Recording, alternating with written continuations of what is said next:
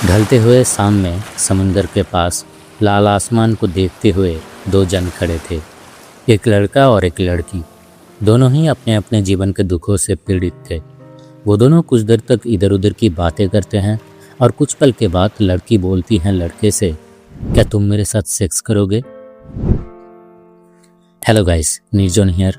आज मैं तुम्हें इनियो सुने की लिखी एक शॉर्ट मांगा a girl on the shore की कहानी सुनाऊंगा और बताऊंगा कि इस मांगा को लोग इतना ज़्यादा पसंद क्यों करते हैं।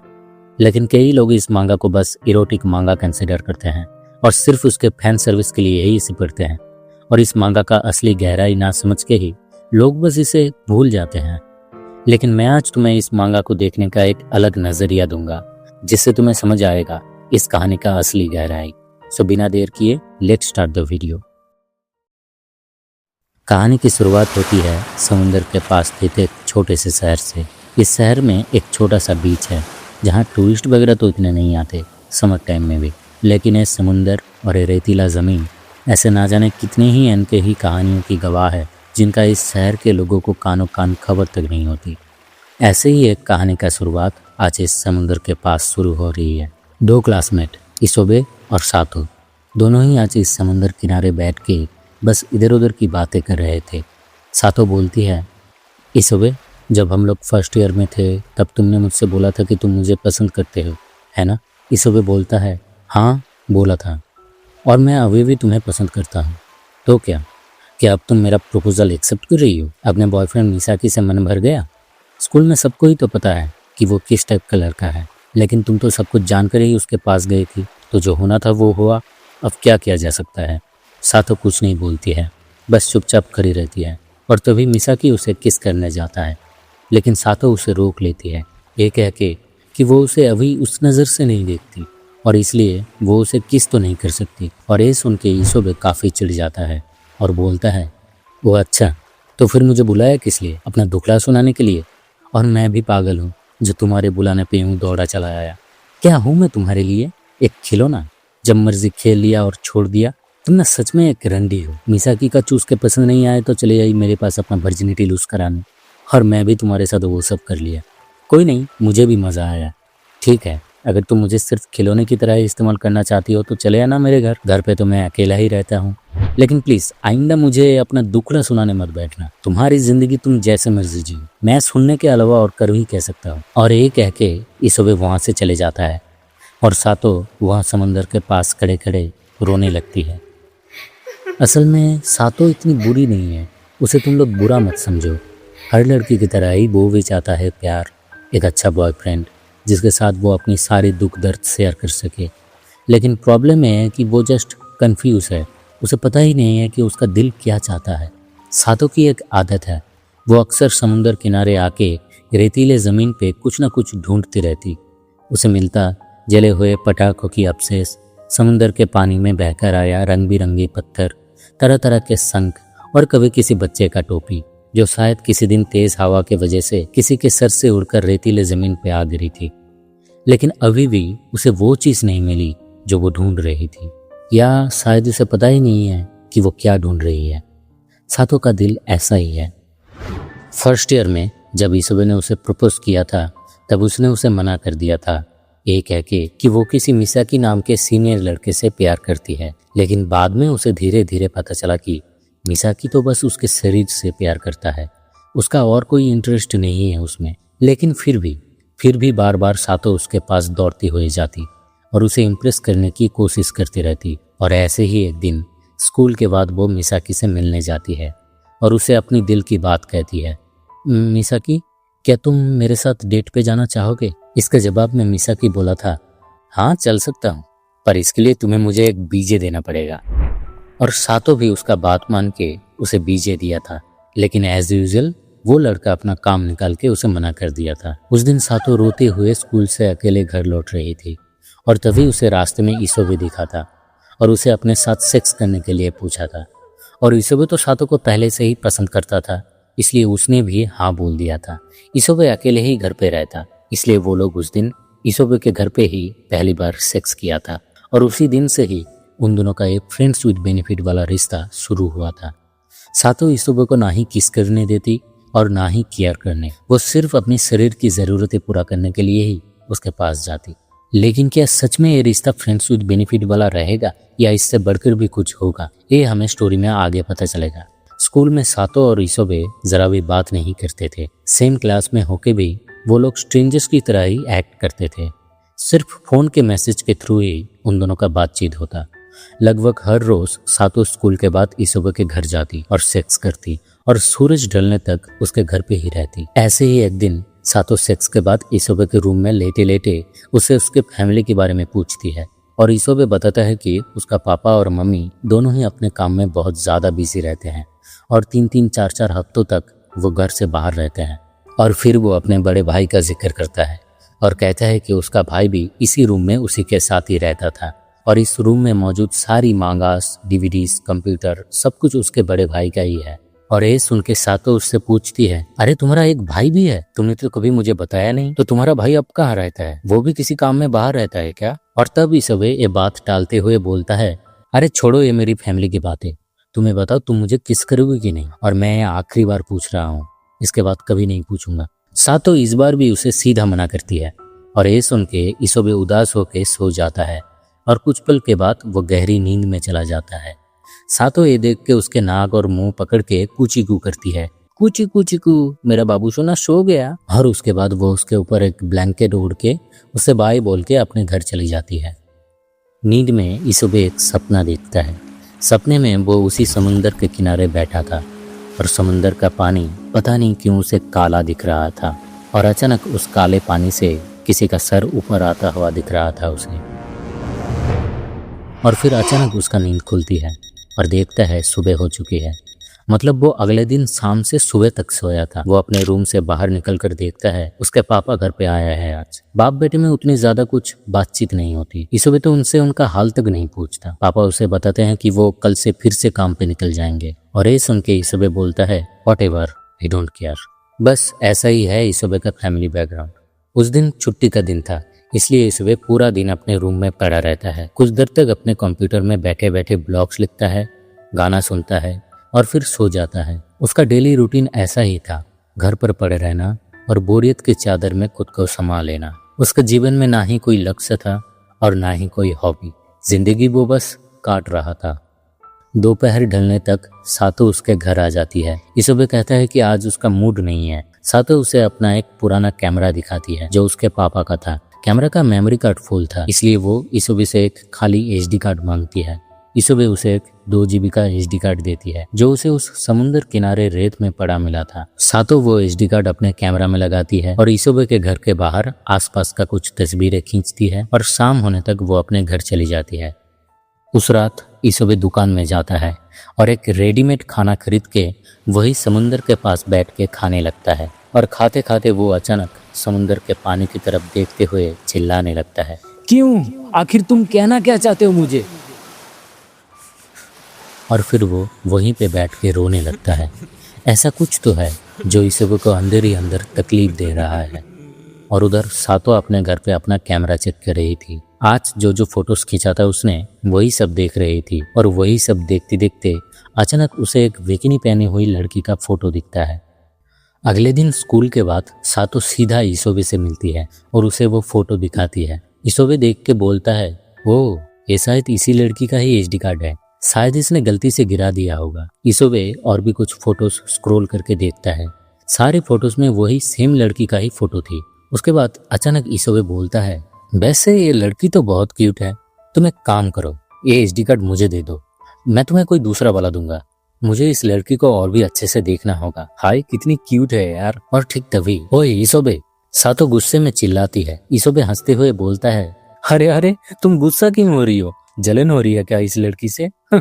और इसके बाद सातो इसोबे को लेकर जाती है रास्ते के पास वाले एक खाली स्टोर रूम में और दोनों एक दूसरे को देखते हुए अपने आप को सेटिस्फाई करते हैं। और करने के बाद जब वो दोनों उस रूम से निकल के अपने घर की तरफ जा रहे थे तभी वहीं पे कासिमा नाम का एक लड़का उन दोनों को देख लेता है।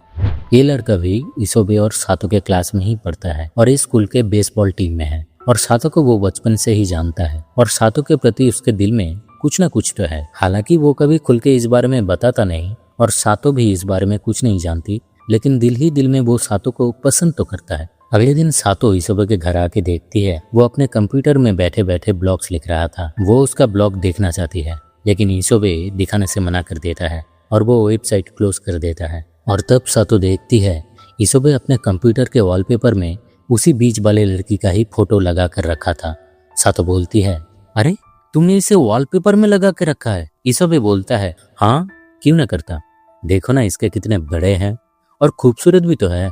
उसके बाद वो दोनों जब अपना काम करना शुरू करते हैं तब सातो थोड़ा सा अपसेट होके बोलती है, सॉरी मेरा बॉडी उस लड़की जैसा अट्रैक्टिव और खूबसूरत नहीं है ना। तब इसोबे बोलता है, अरे नहीं नहीं, तुम में जो है वो भी सही है। कुछ देर बाद वो दोनों जब अपना काम खत्म करके एक दूसरे के ऊपर सोए थे तब वो दोनों अपने अपने फ्यूचर के बारे में बात करते हैं। सातो कहती है कि वो हायर स्टडीज के लिए प्रेप स्कूल में जाना चाहती है, पर इसोबे कहता है कि वो शायद इस जूनियर हाई के बाद ही पढ़ाई छोड़ देगा। उसके ऊपर शायद अपने भाई का श्राप लगा है, वो शायद किसी दिन अपने आप को ही खत्म कर लेगा। और यही सब बोलते बोलते इसोबे नींद में खो जाता है और सातो उठ के इसोबे के कंप्यूटर से उस बीच वाली लड़की का फोटो निकालती है और उस फोटो को डिलीट कर देती है और अपने घर चली जाती है। उस रात जब सातो पास के दुकान में कुछ खरीदने जाती है तब कासिमा उसे अपने पास बुलाता है और उससे पूछता है, अरे कोमी, तो तुम और इसोबे क्या डेट कर रही हो? सातो उसे साफ साफ ना कहती है और कासिमा उससे और कुछ नहीं पूछता। अगले दिन से शहर में मूसलाधार बारिश शुरू होती है और सातो का मन भी आज स्कूल में बहुत उदासी से भर गई थी, क्योंकि आज सुबह से इसोबे ने ना ही उसे कोई मैसेज किया और ना ही स्कूल में उससे कोई बात किया। इसलिए सातो स्कूल की छुट्टी होने के बाद सीधा इसोबे से मिलती है, उससे फेस टू फेस बात करने के लिए। वो उससे पूछती है, तुम मेरे मैसेजेस का रिप्लाई क्यों नहीं दे रहे, मुझे इग्नोर क्यों कर रहे हो? इसोबे बोलता है, इग्नोर? मैं भला इग्नोर क्यों करूँगा, मैं तो बस बिजी था अपने काम में। ओह अच्छा। और फिर सातो उसके पास बैठ जाती है और उससे उसका बर्थडे पूछती है। इसोबे बोलता है, क्यों? 15 सितंबर को है मेरा बर्थडे। क्यों पूछ रहे हो? देखो ये सब फालतू बातें मत करो, अगर कोई काम नहीं है तो जाओ यहाँ से। और फिर सातो उसे कासिमा के बारे में बताती है और कहती है कि कल रात उसने उससे पूछा था कि वो और इसोबे डेट कर रहे हैं कि नहीं। तब इसोबे कहता है, हाँ तो तुमने क्या बोला उसे? सातो कहती है, मैंने उससे ना बोला। और फिर इसोबे कहता है, हाँ ठीक ही तो बोला तुमने, हम दोनों कपल थोड़ी हैं, तुम तो बस अपनी चाहते मिटाने आती हो मेरे पास। सातो बोलती है, नहीं मुझे लगता है कि उसने हम दोनों को कहीं एक साथ देख लिया होगा। इसोबे बोलता है, देखने दो, क्या फर्क पड़ता है, पर मुझे पड़ता है, ठीक है, और तुम्हें भी फर्क पड़ना चाहिए। वो अच्छा, ये सब कुछ तो तुम्हारा ही प्लान था। सातो बोलती है, पर तुम मेरे ऊपर गुस्सा क्यों कर रहे हो? इसोबे बोलता है, गुस्सा? नहीं नहीं, मैं भला तुम पर गुस्सा क्यों करूंगा? इसोबे का ऐसा एटीट्यूड देख के सातो को रोना आ रहा था। वो रोते हुए बोलती है, नहीं प्लीज प्लीज तुम मुझे समझाओ, तुम आज इतने गुस्से में क्यों लग रहे हो, क्या हुआ है तुम्हें? और फिर इसोबे बोलता है, अरे इतनी भोली बनने का नाटक मत करो, अरे रो क्यों रही हो? ठीक है तो सुनो। और अचानक इसोबे सातो का मुंह जोर से दबा के गुस्से में बोलने लगता है, तुमने मेरे कंप्यूटर से उस लड़की का फोटो डिलीट किया है ना? मुझे घिन आती है उन लोगों से जो दूसरों की चीजों को छेड़ते हैं। आइंदा मेरे चीजों को हाथ तक लगाया तो मैं तुम्हें जान से मार दूंगा। मुझे घिन आती है तुमसे और तुम्हारे ये चरित्र से। और फिर इसोबे थोड़ा सा शांत होता है और बोलता है, आइंदा मेरे से बात मत करना। और ये कह के वो वहां से जाने लगता है। और सातो तभी रोते हुए कहती है, नहीं नहीं, पहले तुम मुझे ये समझाओ कि मुझ में क्या खराबी है, मैं बदलूंगी तुम्हारे लिए। इसोबे बोलता है, बदलोगी मेरे लिए? वैसे भी तुम्हारे साथ सेक्स करके मेरा मन भर गया है, अब सब कुछ खत्म करो। क्या? पर ये तो तुमने प्रॉमिस नहीं किया था। प्रॉमिस? कौन सा प्रॉमिस? मैंने कोई प्रॉमिस किया भी था तुमसे? ये सब कुछ तो तुमने ही चालू किया था। तुम्हें तो बस अपनी खुजली मिटानी थी मुझे यूज करके। टेंशन मत करो, मेरे अलावा और भी कई सारे मिल जाएंगे तुम्हें, बस उनके सामने अपना टांग फैला देना, और क्या। और ये सुन के सातो अपना स्कूल बैग इसोबे की तरफ फेंकती है और कहती है, यू इडियट। और बस उसी दिन से ही दोनों का मिलना बंद हो जाता है और सातो भी अब फिर से अपने एक्स बॉयफ्रेंड मिसाकी को मैसेज करने लगती है। मिसाकी अब उनके स्कूल से ग्रेजुएट होके किसी और हायर स्कूल में चला गया था और अब सातो, इसोबे और उनके सारे दोस्त भी 3rd ईयर में आ चुके थे। मतलब और कुछ ही दिनों में ये लोग भी ग्रेजुएट हो जाएंगे। एक दिन स्कूल की छुट्टी होने के बाद खाली क्लासरूम में कासिमा इसोबे से मिलता है और उससे सातो के बारे में पूछता है। कासिमा एकदम सीरियस मूड में था और ये देख के इसोबे उसे उल्टा चिढ़ाते हुए बोलता है, क्यों रे, तू उसका कोई आशिक है क्या? तो उसे बोलने से डरता क्यों है? ज्यादा मुश्किल नहीं है, बस उसे थोड़ा बहलाना और वो अपने आप ही अपना टांग फैला के बिक जाएगी तेरे सामने। वो लड़की ऐसी ही है, और हाँ उसके बाएं पिछवाड़े में 2 तिल है, जाके चेक कर लेना। और ये सुन के कासिमा एकदम आग बबूला हो जाता है और इसोबे के ऊपर मुक्के का बारिश कर देता है। मारते मारते वो इसोबे को बोलता है, शायद तुझे पता नहीं है कि मेरा दोस्त किन के साथ है। याकुजा मेंबर्स है वो लोग तेरी जिंदगी नर्क बना देंगे, जैसे कुछ साल पहले तेरे बड़े भाई का किया था। कुछ ही देर में काइको नाम की एक लड़की वहां आ जाती है और उन दोनों को मारपीट करते हुए देख लेती है। वो टीचर्स को बुला लेती है। टीचर्स आके उन दोनों को रोकने की कोशिश करते हैं, लेकिन कासिमा नहीं रुक रहा था। वो एक झटके से ईसोबे को सीढ़ियों से गिराने की कोशिश करता है और वो खुद भी गिर जाता है, लेकिन लकीली ईसोबे बच जाता है और कासिमा बुरी तरीके से घायल होता है। कासिमा हॉस्पिटलाइज हो जाता है। उसका एक पैर टूट गया था।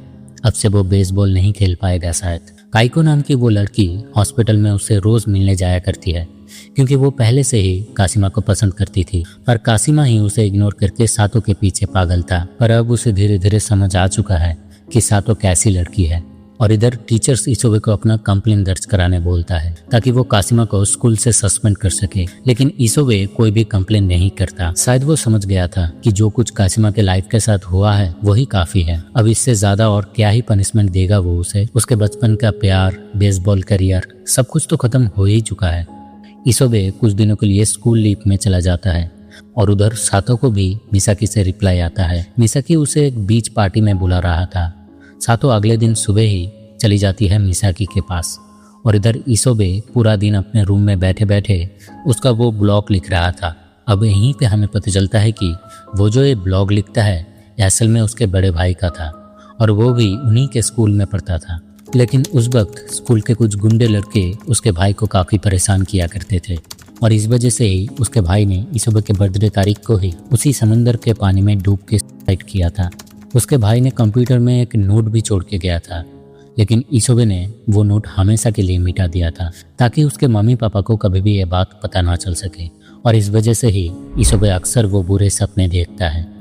उसे अब तक तो पता नहीं था कि उसके भाई को किन लड़कों ने बुली किया था, लेकिन उस दिन कासिमा ने ही बता दिया उसे उन लड़कों के बारे में। और उस पल से ही ईसोबे ने ठान लिया कि उन लड़कों को वो सबक सिखा कर रहेगा। इधर पार्टी में सातो को बहुत अनईजी फील होने लगती है। शाम को मिसाकी और उसके दोस्त मिलकर उसे जबरदस्ती दारू पिलाते हैं और रात तक मिसाकी उसके साथ बाथरूम में जबरदस्ती करने की भी कोशिश करता है। सातो कैसे भी करके वहां से निकल आती है और एक बस स्टॉप में आके बैठ जाती है। बहुत रात हो चुकी थी तब तक, कोई भी बस मिलना अब मुमकिन नहीं था, इसलिए वो सारी रात बस स्टॉप पर ही बैठ के रोती है। और तब तक उसे फाइनली रियलाइज हो चुका था कि मिसाकी के साथ उसका कुछ नहीं हो सकता, वो सिर्फ उसके शरीर को ही चाहता है। अगले दिन दोपहर को वो फिर से ईसोबे के घर जाती है। ईसोबे पहले तो उसे गुस्से में घर से बाहर निकल जाने बोलता है, लेकिन सातो उसे मिसाकी के बारे में सब कुछ बताती है कि कैसे उसने उसके साथ जबरदस्ती किया और कैसे वो लोग सिगरेट के खोल में गांजा भर के पीते हैं और वो जबरदस्ती सातो को भी वो पिलाने की कोशिश कर रहा था। यहीं पे मैं बता दूं, ये मिसाकी लड़का ईसोबे के बड़े भाई का क्लासमेट था और उसके बड़े भाई को ये लोग ही बुली किया करते थे। ईसोबे ने इन कुछ दिनों में ही सब कुछ पता कर लिया है, लेकिन वो सातो से कहता है, हाँ तो तुम ये सब मुझे क्यों बता रहे हो? जाकर अपने दोस्त काइको को बताओ ना। नहीं, मैं उसे नहीं बता सकती। ईसोबे कहता है, सच बताना, तुम्हारा एक भी अच्छा दोस्त नहीं है ना? तुम भला जिंदा क्यों हो? मर जाओ जाके। सातो कहती है, तुम्हारा भी तो कोई अच्छा दोस्त नहीं है सिवाय मेरे अलावा, तो तुम जिंदा क्यों हो? तुम भी मर जाओ। ये सुन के ईसोबे बोलता है, हाँ वैसे मरने का प्लान तो है मेरा, शायद अगले महीने अपने जन्मदिन के दिन ही। सातो कहती है, ठीक है जाके मरो, पर मुझसे तो ये सब बातें मत करो। सुनो ना, आज मेरे पेरेंट्स घर पे नहीं है, वो लोग कल दोपहर तक लौटेंगे शायद, इसलिए मैं सोच रही थी कि आज पूरी रात तुम्हारे घर पे ही रुकूंगी मैं। तुम्हें कोई ऐतराज तो नहीं है ना? और बस तब से ही शुरू हो जाता है सातो और ईसोबे का खेल। वो लोग दोपहर से लेकर आधी रात तक एक दूसरे से चिपके रहते हैं। उन दोनों के मन में जो भी फैंटेसीज थी वो सब वो लोग पूरा करते हैं और आखिर में वो लोग अपनी सारी चाहतें मिटा के लेटे लेटे बहुत देर रात तक बातें करते हैं। ईसोबे, बहुत पहले फर्स्ट ईयर में तुमने मुझे प्रपोज क्यों किया था? क्योंकि तब तुम बहुत भोली सी थी, किसी से ज़्यादा बात नहीं करती थी और इसलिए तुम मुझे पसंद थी। और अब तुम बदल गई हो। पहले तो तुमने उस प्लेबॉय मिसाकी के साथ रिश्ता जोड़ा और अब तुम अपना डिप्रेशन मिटाने के लिए मेरा इस्तेमाल कर रही हो। पहले तुमने मुझसे एक बार कहा था कि तुम अपने बॉयफ्रेंड के साथ मूवीज़ देखना चाहती हो, मूवीज़ देखते हुए एक साथ हंसना, एक साथ रोना चाहती हो, वगैरह वगैरह। लेकिन कहाँ गई अब वो सातो? हाँ तुम सही हो, ये सब कुछ मिसाकी की वजह से ही हुआ है। मेरा लड़कों से विश्वास उठ गया है। मिसाकी, नहीं नहीं, उसने तो बस तुम्हारा असल चेहरा बाहर लाया है। तुम शायद अंदर से हमेशा से ही ऐसी थी, सेल्फिश, हमेशा खुद के बारे में सोचना, सिर्फ अपनी खुशी और अपने प्लेजर के बारे में सोचना। प्यार इस तरीके से नहीं होता। ऐसे तो तुम्हारे पास सिर्फ मिसाकी जैसे ही लड़के आएंगे। इसोबे, तुम बस लोगों को हेट करना ही जानते हो ना। इस दुनिया में तुम्हारे पसंद का कोई इंसान है या नहीं? और तुम्हें वैसे किस टाइप का इंसान पसंद है? हाँ, शायद नहीं है, क्योंकि शायद मैं भी बदल गया हूँ, बट मुझे दयालु इंसान बहुत पसंद है। इसोबे, अगर तुम मरना ही चाहते हो तो मरो, मुझे कोई फर्क नहीं पड़ता, पर मेरे सामने मरने की बातें मत करना। हाँ ठीक है, सॉरी। और यही सब बातें करते करते वो लोग एक दूसरे का हाथ पकड़ के सो जाते हैं। कुछ दिन बाद इसोबे स्कूल जाता है और स्कूल में उसका मुलाकात कासिमा से होता है। वो दोनों ही एक दूसरे का गलती समझते हैं और एक दूसरे को सॉरी बोलते हैं और फिर से सब कुछ नॉर्मल हो जाता है। धीरे धीरे कुछ दिन और बीतता है, लेकिन इसोबे और शातो का मुलाकात उस रात के बाद और नहीं हुआ और इसोबे ने फिर से स्कूल जाना बंद कर दिया। धीरे धीरे महीना खत्म हुआ और स्कूल के कल्चरल फेस्टिवल का भी दिन पास आ गया, जो था उसी दिन जिस दिन इसोबे का बर्थडे था। सातो उसे मैसेज करने का सोचती है। वो इसोबे, लगभग 1 महीना हो गया हम दोनों को मिले हुए, कैसे हो तुम? स्कूल के कल्चरल फेस्टिवल में ज़रूर आना। लेकिन फिर वो मैसेज डिलीट कर देती है। शायद उसका दिल अभी भी कंफ्यूज था। वो अपने बिस्तर में लेटे लेटे बहुत देर तक कुछ बातें सोचती है और फिर अचानक उठकर वो एक चिट्ठी लिखने लगती है इसोबे के लिए। प्रिय इसोबे, सॉरी ऐसे चिट्ठी लिखने के लिए, पर कुछ बातें मैं मैसेज में लिख नहीं पा रही थी, इसलिए मैं तुम्हें एक खत लिख रही हूँ। तुमने सही बोला था। देखते देखते 1 साल बीत गए और बहुत कुछ हुआ ज़िंदगी में, पर तुमसे ऐसे दूर रहना बहुत बुरा लगता है। मुझे नहीं पता कि तुम क्या करने का सोच रहे हो, पर मैं चाहती हूँ कि तुम मुझे सब कुछ बताओ, जो कुछ भी है तुम्हारे दिल में। तुम्हें अगर दयालु लोग पसंद है तो मैं कोशिश करूँगी दयालु बनने की। अब से मुझे तुम्हारे साथ जितना हो सके समय बिताना है। तुमसे बहुत सारे मांगास, मूवीज़ और गाने के बारे में बातें करना है। तुमने बोला था कि तुम मरने वाले हो, पर मैंने तुम्हारे लिए एक गाने का एल्बम खरीदा है और मैं ये गाना तुम्हारे साथ मेरे रूम में सुनना चाहती हूँ। ये लिखते हुए मेरा दिल ज़ोर ज़ोर से धड़क रहा है। बहुत तकलीफ़ हो रही है मुझे, और तुमसे फिर मुलाकात ना हो पाए अगर, तो क्या होगा ये मैं सोचना भी नहीं चाहती हूँ मन में। आई लव यू इसोबे, और मैं ये बात बहुत दिनों से कहना चाहती थी। And happy birthday Isobe. और ये चिट्ठी अगर तुम्हें बकवास लगे तो इसे तुम फेंक सकते हो। लेकिन इधर इसोबे तो कुछ और ही करने का सोच रहा था। वो उस रात मिसाकी और उसके दोस्तों के पास जाता है और उन्हें बुरी तरीके से मारता है और हंसते हुए, खुशी से झूमते हुए वो अपने घर लौटता है। फाइनली वो अपने भाई का बदला ले चुका था। उसके बाद फाइनली 15 सितंबर का दिन आता है और शातो के स्कूल में ज़ोरों शोरों से कल्चरल फेस्टिवल का तैयारी चल रही थी। सारे लोग कॉस्प्ले कर रहे थे, कोई गाना गा रहा था तो कोई एक्टिंग कर रहा था। सब लोग मज़े कर रहे थे, लेकिन इन सब में एक स्टूडेंट मिसिंग था और वो था इसोबे। सातो उसे पूरे स्कूल में ढूंढती है। वो उसे आज वो लेटर देगी और उसे आज बर्थडे विश करेगी, लेकिन कहाँ है इसोबे? सातो उसे ढूंढते हुए उसके घर जाती है, लेकिन घर पर भी वो नहीं था। सातो का दिल ज़ोर ज़ोर से धड़क रहा था। सोच रही थी शायद इसोबे ने कुछ गलत कदम उठा लिया होगा। उस दिन सुबह से मौसम काफ़ी ख़राब था। जोरों की बारिश हो रही थी और बहुत तेज़ हवा चल रही थी, लेकिन सातो इस खराब मौसम में भी हर जगह इसोबे को ढूंढ रही थी। वो गाने का एल्बम जो उसने उसके लिए ख़रीदा था, वो शायद अब कभी भी उसके साथ सुन नहीं पाएगी। वो चिट्ठी शायद इस बारिश और तूफान में कहीं गुम हो जाएगी।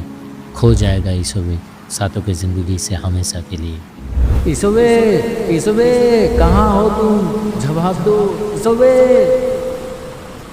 শহরের উষ্ণতম নীলে পিচ গলা রোদ্দুরে বৃষ্টির বিস্ময় তোমায় দিলাম। আর কি বা দিতে পারি পুরনো মিছিলের পুরনো ট্রামেদের শাড়ি, ফুটপাত ঘেঁষা বেলুন গাড়ি, শুধু বাধা যত লাল আর সাদা ওরাই আমার থতমতয় শহরে রডোডেনড্রন তোমায় দিলাম আজ, তোমায় দিলাম, তোমায় দিলাম, তোমায় দিলাম, তোমায় দিলাম, তোমায় দিলাম, তোমায় দিলাম, তোমায় दिलाम। बहुत समय के बाद तूफान थमता है और सूरज दिखाई देता है। एक बहुत बड़े तूफान के बाद अब हर तरफ शांति छा जाता है और सातो समुंदर किनारे बैठे बैठे बहुत बहुत देर तक रोती है। कुछ दिन बाद सातो इसबे को रास्ते में देखती है। अब वो अपना हेयर स्टाइल चेंज कर लिया था और काफ़ी फिट एंड फाइन लग रहा था। सातो उसे देख के पूछती है, तुम कहाँ थे इतने दिन? स्कूल क्यों नहीं आए? मैं तुम्हारे घर पे भी गई थी पर तुम नहीं थे। इसबे कहता है, क्या तुम मेरे घर पे गई थी? असल में मैं कुछ दिनों से बीमार था इसलिए मैं स्कूल नहीं जा रहा था, और जिस दिन तुम मेरे घर पे गई थी उस दिन शायद मैं घर से बाहर गया था, एक कैफे में बैठा था उस दिन। इसके बाद इसबे सातो से पूछता है, तो सातो पढ़ाई कैसी चल रही है? ग्रेजुएशन के बाद का क्या प्लान है? सातो बोलती है, हाँ मैं तो काइको के साथ एक हाई स्कूल में भर्ती होने का सोच रही हूँ। और तुम? इसबे बोलता है, हाँ मैं भी प्लान कर रहा हूँ माइन हाई स्कूल में भर्ती होने का। वो स्कूल यहाँ से बहुत दूर है लेकिन स्कूल में बोर्डिंग रूम है तो मैं वहीं पे रहूंगा। क्या सच में? और फिर इसबे एक्साइटेड होकर बोलता है, पता है मैंने उस दिन कैफे के बाहर किसको देखा? उसी समुंदर के पास वाली लड़की को।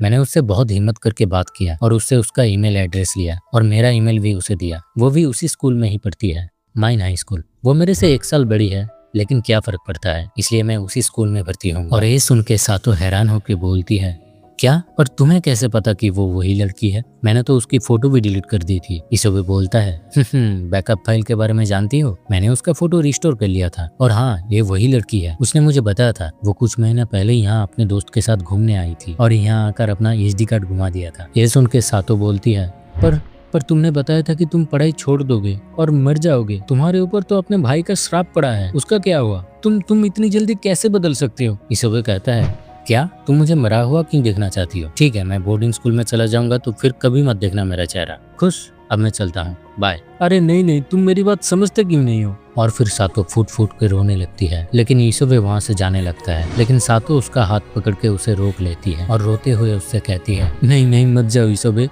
मैं तुम्हें बहुत कुछ कहना चाहती थी। मैंने तुम्हारे लिए एक चिट्ठी भी लिखा था। मैं ही कहना चाहती थी कि मैं तुम्हें पसंद करती हूँ। I love you. तुम्हारे साथ टाइम स्पेंड करके, तुम्हारे साथ बातें करके मुझे एक चीज़ तो रियलाइज हुआ, मेरे लिए तुम ही परफेक्ट हो। मैं प्रॉमिस करती हूँ अब से मैं किसी भी खराब लड़के के साथ नहीं जाऊंगी।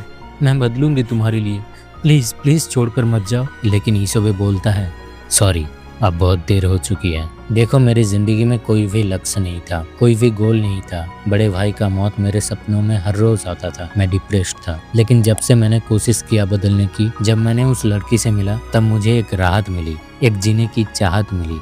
देखो डिप्रेशन भुलाने के लिए सेक्स करना कोई भी सोल्यूशन नहीं है। अपने ज़िंदगी का लक्ष्य ढूंढना पड़ता है, खुद को बदलना पड़ता है। और मुझे तो मेरी ज़िंदगी का लक्ष्य मिल गया। आई एम श्योर तुम्हें भी एक दिन ज़रूर मिलेगा। इसलिए अब रोना बंद करो और मूव ऑन करो। और ये सब कह के इसबे जाने लगता है। लेकिन फिर सातो कहती है, कम से कम जाते हुए मुझे एक किस तो करते जाओ, एक गुड बाय किस। इसबे कहता है, क्या सच में? ठीक है। इसबे सातो के बहुत करीब आता है और एक हाथ से उसका गाल पकड़ता है और, नहीं छोड़ो, रहने दो, मैं फिर से तुम्हारे खेल में फंसने नहीं वाला। और बस इसबे वहाँ से जाने लगता है और सातो चिल्ला चिल्ला के रोने लगती है, नहीं नहीं नहीं मत जाओ इसबे, मत जाओ इसबे। तुम्हें बताओ तुम मुझे किस करोगी कि नहीं? और मैं आखिरी बार पूछ रहा हूँ, इसके बाद कभी नहीं पूछूंगा।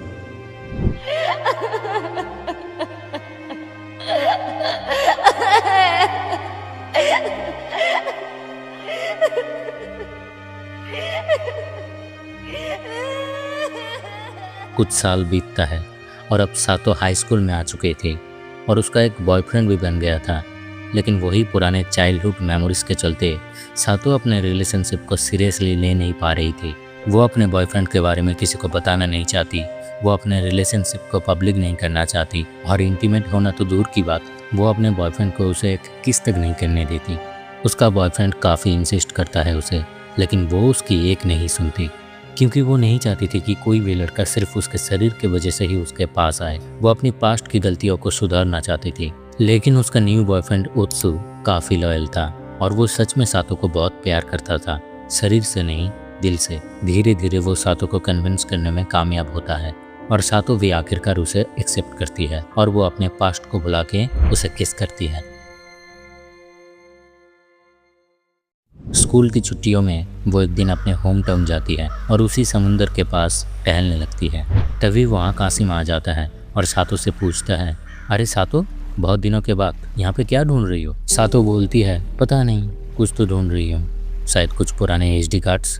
क्या इस रेत में तुम एचडी कार्ड ढूंढ रही हो? अगर मिल जाए तो बताना, कोइंसिडेंट की बात होगी। हाँ, कोइंसिडेंट की ही तो बात है, पर जब वो होता है तब सब कुछ बदल जाता है। और इसके बाद वो दोनों छोटी मोटी कुछ बातें करते हैं। कासिम अब फुल्ली रिकवर हो चुका था और वो दोबारा से बेसबॉल खेलने लगा था। काइको के साथ भी उसका रिलेशनशिप चल रहा था। वो अपने लाइफ में हैप्पी था। बातों ही बातों में कासिमा उसे ये भी कहता है कि कैसे वो पहले उसके पीछे पूरा पागल था और उसी की वजह से ही ईसुबे के साथ उसका लड़ाई हुआ था। सातो ये सब सुन के बहुत ज़्यादा कुछ हैरान तो नहीं होती, पर वो हंसती है और कहती है, ओह सॉरी कासिमा, पर मेरा एक बॉयफ्रेंड है अभी। और कासिमा का मुंह शर्म से लाल हो जाता है। सातो फिर कहती है, हाँ वैसे पता नहीं क्यों अभी भी मेरे लाइफ में कुछ ना कुछ तो मिसिंग लगता है। कासिमा कहता है, तुम तो अभी भी उतनी ही कॉम्प्लिकेटेड हो जितनी पहले हुआ करती थी, बट डोंट वेरी सातो, तुम एक दिन जरूर अपनी खुशी ढूंढ लोगी और अगर ना मिले तो मैं तो हूँ ना, मुझे हमेशा बैकअप ऑप्शन में रखना। और ठीक तभी समुंदर की तरफ देखते हुए सातो बोलती है, ओह आखिरकार मुझे मिल गया। बेशक अंत में कुछ ऐसा है जो किसी भी चीज से बड़ा है और वो है समुंदर। और बस स्टोरी यहीं पे ख़त्म होती है। लेकिन आखिरकार क्या हुआ इस स्टोरी में? सातो के बोले गए इस बात का मतलब क्या है आखिर? चलो मैं बताता हूँ। ये स्टोरी में सातो के कैरेक्टर को तुम शायद टर्की, सेल्फिश या रंडी समझ रहे हो, लेकिन लेखक ने सातो के कैरेक्टर को एक ही लाइन में ऐसे डिस्क्राइब किया है ना, जो जानकर तुम भी शायद उसके प्रति एक जस्टिफिकेशन दे पाओगे। याद है सातो की वो आदत? वो हमेशा समुद्र किनारे आके कुछ ना कुछ ढूंढती रहती। उसे वैसा कुछ मिलता तो नहीं था, लेकिन फिर भी वो कुछ ना कुछ ढूंढती रहती। असल में उसे पता ही नहीं था कि वो क्या ढूंढ रही है। सातो जैसे इंसान जिंदगी में हमेशा अपनी खुशी ढूंढते रहते हैं, लेकिन उन्हें यही नहीं पता कि उनका खुशी किस में है और कहाँ मिलेगा। इसलिए वो लोग बस इधर उधर भटकते रहते हैं। लेकिन ज़िंदगी एक टाइम के बाद सबको ही सब कुछ सिखा देती है। सेक्स और प्यार के बीच उसने चुना प्यार को। सेल्फिशनेस छोड़ के वो दूसरों के बारे में भी सोचने लगी और आखिर में समंदर की तरफ देखते हुए उसने बोला, बेशक अंत में कुछ ऐसा है जो किसी भी चीज़ से बड़ा है और वो है समुंदर। यहाँ पर वो समुंदर की तरफ देखते हुए अपने मन को सांत्वना दे रही थी। वो अपने मन को ये समझा रही थी कि इस विशाल समुंदर के सामने उसके जीवन का दुख तो बस मुट्ठी भर रेत जितना है, तुच्छ। और अपने पास्ट को भुलाकर वो एक नई जिंदगी की तरफ बढ़ रही थी। इस कहानी में हमने एक और मज़ेदार चीज़ देखा कि ज़िंदगी में हर एक चीज़ मायने रखती है। जैसे ईसोबे से ब्रेकअप होना सातो की ज़िंदगी का एक टर्निंग पॉइंट था, ठीक वैसे ही उस बिकिनी पहनी हुई बीच वाले लड़की से मिलना ईसोबे की ज़िंदगी का भी एक टर्निंग पॉइंट था। मुद्दे की बात, ये कहानी हमें मूव ऑन करना सिखाती है। राइटर इनियो असनो की कहानियाँ ऐसी ही होती है। और अगर तुम्हें इसी राइटर के एक और कहानी देखना है तो तुम ये प्लेलिस्ट चेक कर सकते हो। इस कहानी का नाम है गुड नाइट पुनपुन और ये कहानी एक बच्चे के जीवन के वास्तविकता को बहुत ब्रूटली एंड ब्यूटीफुली दर्शाती है। So that's it. अगर वीडियो पसंद आए तो लाइक करना और चैनल को सब्सक्राइब ज़रूर करना।